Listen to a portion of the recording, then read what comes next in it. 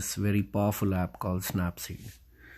So once we've opened the photo, typically what I try to do is I would either go for the pop or the accentuate effect in the beginning. So let's go with the accentuate effect. And once this is done, you see a lot of the colors have actually come out, have popped a bit, right? But we'll still go ahead and do a lot of fine tuning to this.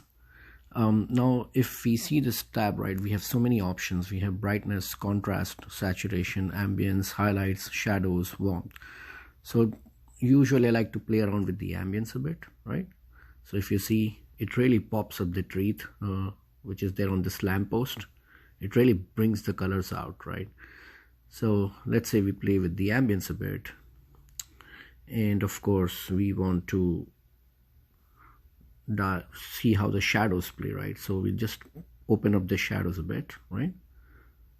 This should be fine, and we see how we can play with the warmth. So if we reduce it too much, it's too bluish, and we don't want that. So we want a little bit of warmth in the photo, right? Because we have the sun coming from the right side of the screen, so we want to keep that effect, right? Once all this is done, we can even play with a little bit of saturation, and then just go to contrast, just dial down the contrast a bit, right? See, right now it's too contrasty, it's too dark, there's too much of difference between the whites and the blacks. So let's dial down to this much. This should be good. This gives that little bit of hazy effect. Now the next thing that I also like to do sometimes is play with the details. So when I play with the details, in details we have two options. We have structure and we have sharpening. So we go with the structure and we just bump the structure a bit. What this will do is it will bring out the edges and bring out the curves a little stronger, right? So if you can see this, right, everything looks a bit too sharp, and the edges are pretty dominant, right? So let's bump it up by 30-40%, which gives us a very satisfactory look to this. The next thing I also like to do is we play with the brush a bit, right? So in the brush we have several options: dodge and burn, or the exposure, or the temperature, or the saturation, right? So what I want to do is I want to do a burn on certain areas.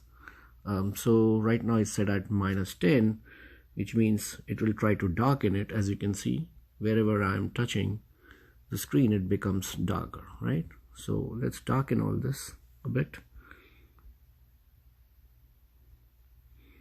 This is simply done to ensure your eyes are drawn to this bright looking wreath instead of anything else in the scene, right? So once we have darkened this enough, then we go and play with the saturation a bit, right? We bump up the saturation just on some of these areas of the wreath which are not too saturated.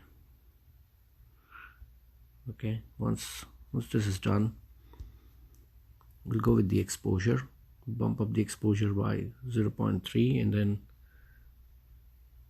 just kind of draw like a pen on the wreath, so it brings that glow on the wreath, right? So once this is done, this looks good, we can save this. And then I see some of the shadows are a bit too dark, so let me just open up the shadows a little bit more, right? There you go. Save this. And a few times, if you see, there's this thing called glamour glow, right? So sometimes this glamour glow effect comes out pretty neat, right?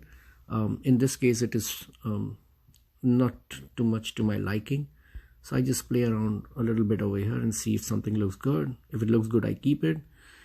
Yeah, this is looking too dreamy, so if you like this look, you know, this is something which you can also save. Otherwise I just like to keep it a little bit on the lower side. I don't want it to look too dreamy, right?